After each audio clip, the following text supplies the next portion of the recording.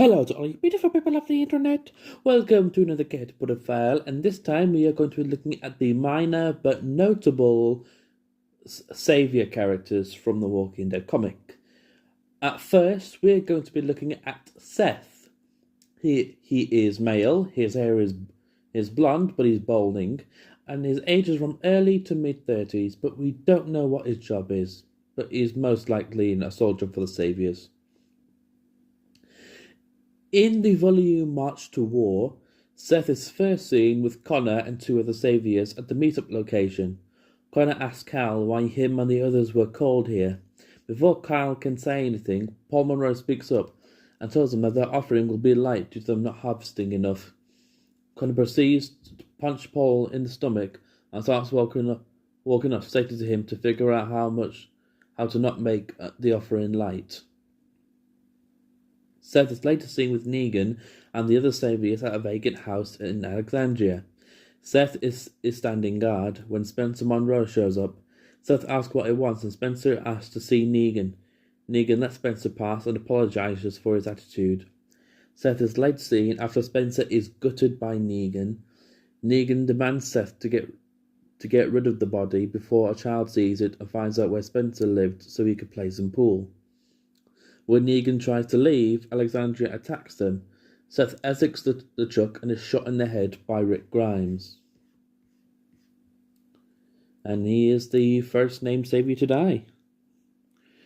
So what do you think of Seth? Let me know in the comments below. Let's move on, shall we? This time we are looking at David. He is male. We don't know what his hair colour is because he's bald. His age is from early to mid-30s, but we don't know what his job was before, but most likely savior soldier, you know. In the volume Something to Fear, David is first seen in issue 97, hiding from Eugene and Abraham as they go to collect supplies to make ammunition. He is seen with a few of Negan's men, motioning them to stay quiet as they spy on Abraham and Eugene passing by. He is later seen at Alexandria with Dwight and a few other Saviors, trying unsuccessfully to gain access. He then retreats with other Saviors and Dwight. He is part of a small team of Saviors led by an unnamed Savior lieutenant that capture Rick while he's on watch. He assists the others in holding back Rick hostage by pointing a gun to his head until Negan and the rest of the Saviors arrive. He then watches as Negan beats Glenn's skull in. In the volume What Comes After, David gathers the other Saviors for Mark's punishment and chants with the other sanctuary residents. He then watches Negan iron Mark's face. And in the volume All Out War Part 1, in issue 117, David is seen fighting off zombies alongside Negan and the rest of the Saviors.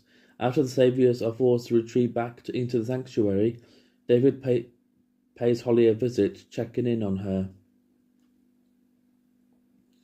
She asks him if she could have some water, and when he replies that he'll give her some water if she has intercourse with him. David then begins to rip Holly's shirt open and remove her pants, but Negan walks in. Negan is furious at David for attempting to Holly and questions him before stabbing David in the neck, killing him. So it was pretty much the same as the TV series counterpart. So what do you think of David? Let me know in the comments below. Let's move on. Next we are looking at Amber. She is female, her hair is blonde, her age is from early to mid-20s. Her occupation before is unknown. Nothing's known about her before, but she may have been in a relationship with Mark before the apocalypse, though it's highly likely that because Mark didn't appear in Here's Negan. In Here's Negan, in the early days of the apocalypse, Amber joined a group in which she was sexually assaulted and basically treated as a sex slave. Her group later meets up with Negan, who gave her his jacket to warm her up. Her leader told Negan that he could have her, inviting Negan to sexually assault her. Later, Negan, outraged by his offer, kills the group leader before forbidding the rest of the group from ever again. Life at the sanctuary. At some point after the Saviors discovered the sanctuary, Sherry convinced Amber to be one of Negan's wives. It is unknown if Amber was in a relationship with Mark before this or started an affair with him afterwards. In the volume What Comes After, Carson informs Negan that Amber has done something wrong. Her friend Sherry tells Negan that she knows she has done wrong, which is having slept with Mark. Negan offers Amber a choice between going back to Mark and working for points or staying with him and living a life of luxury. Tearfully, Amber chooses the latter and is present when Negan punishes Mark by burning his face with an iron. She tries to comfort him but is stopped by Dwight, who warns that she would only make things worse. In the volume All Out War Part 2, as Amber is walking with her boyfriend Mark, they both discover Carson leading Eugene and his crew out of the sanctuary. They approach Carson and ask if they can go with them. She says to Carson, "Just take us with you." In issue 124, Amber is in the back of the van being driven to the Hilltop colony. As the van is shot by a savior and the engine shuts down, Amber yells that the Romans are getting closer. To escape the van, she follows Eugene's plan and witnesses Donnie being pushed off the roof. Afterwards, she and the crew rest upon the roof until sunrise. In the volume Life and Death, Amber was at the fair with Mark when a bald woman lured her and other survivors away from it. Amber was later decapitated and her reanimated head was placed on a pike. Rick discovered this and was horrified. And in the volume No Turning Back, Amber's reanimated head was later put down by Dante. So this was Amber, a little bit bigger part than her TV series counterpart. Let me know what you think of her. And let's move on.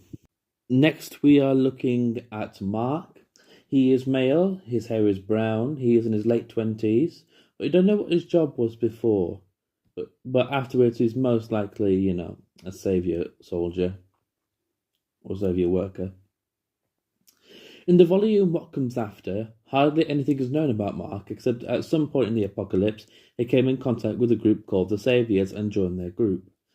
He had intercourse with one of Negan's wives, Amber, and was punished by Negan when he put a boiling hot iron against his face, which horribly scarred him. He is then carried away by Carson and another survivor.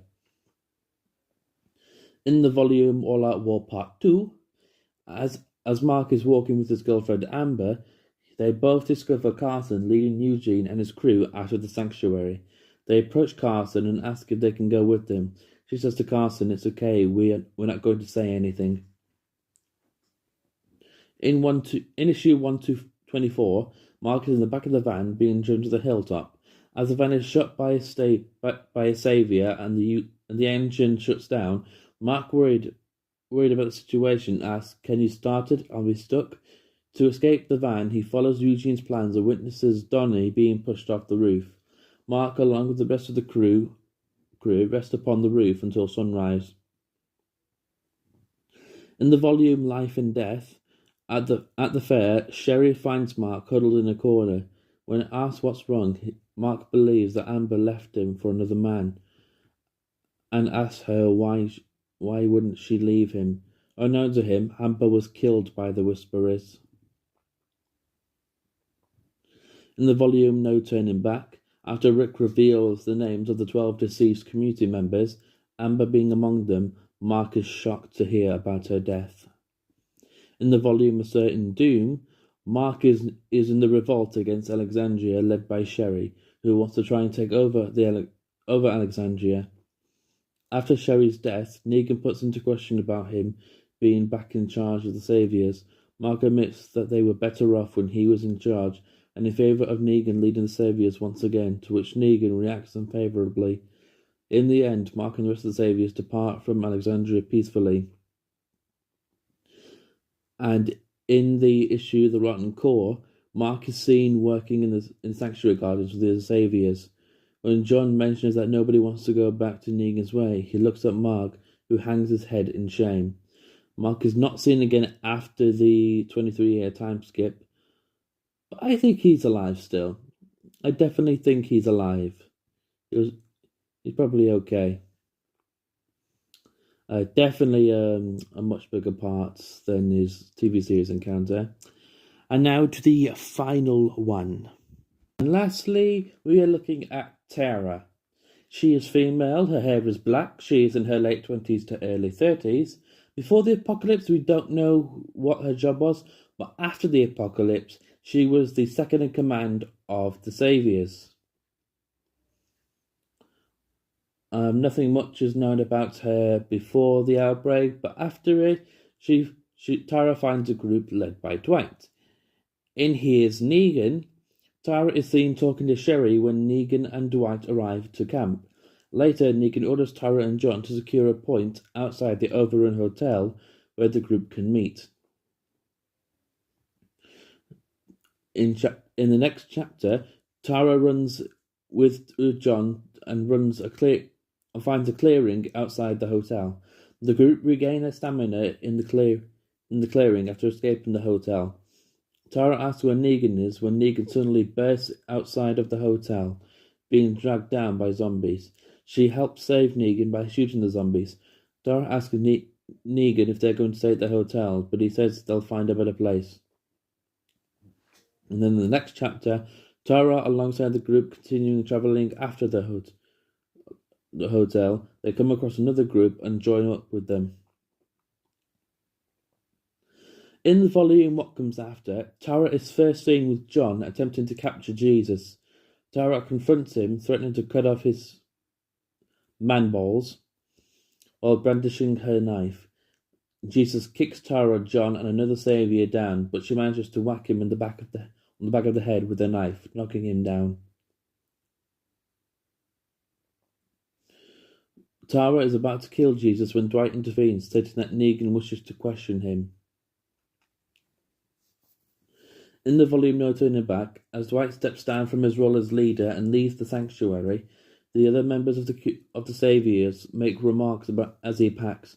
Tara is seen along with Mark and Sherry, where she comments that the group is better off without him, unhappy with his decision to leave. In the volume The Whisperer War, when Vincent arrives at the sanctuary and to ask for aid against the Whisperers, Tara threatens him and refuses to help. They then take Vince's horses and force him to walk back to Alexandria. Sherry later asks Tara to go and find Vincent before he is able to come back to Alexandria, realizing that what they had done could start a conflict with the other communities. Tara attempts to find Vincent, but he had already been found by Heath. Heath tells Tara to leave after she refuses to assist in defending against the Whisperers. In the volume A Certain Doom, John and Tara watch from afar as Alexandria gets overrun with walkers. This is going to be a hell of a show, John says to Tara. They decide to wait until the Alexandrians have killed most of them, and then go to help to clean up what's left. The Saviours, including Tara, arrive at Alexandria to get into a fight with Dwight, Laura, and Heath. The Saviours then take the three of them hostage and take them to Rick.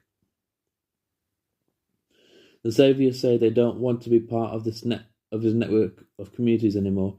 Rick asks if they're trying to become their enemies, but John responds that they're just trying to send a message. Tara and the others then spot Negan, and while they are distracted, they are tackled to the ground by Dwight and Laura and are taken hostage. Sherry then leaves to talk with Rick inside, leaving Tara and the others outside. Much to Tara's shock, she receives news that while the two leaders were discussing, Sherry attacked Rick and was killed by him in self-defense. John doesn't take the news well and threatens Rick with his gun. Negan steps in and calms the situation, demanding the Saviours to pack up and go home. We don't see her after the 23-year time skip, but I think she's okay. She's definitely alive here. And fun note, Tara is adapted in the TV series, but her name was switched around to Arat because there's already a Tara in the TV show. Thank you all very much for listening. If you had control of these characters' fates and storylines, what would you do with them? Let me know in the comments below and have a good day.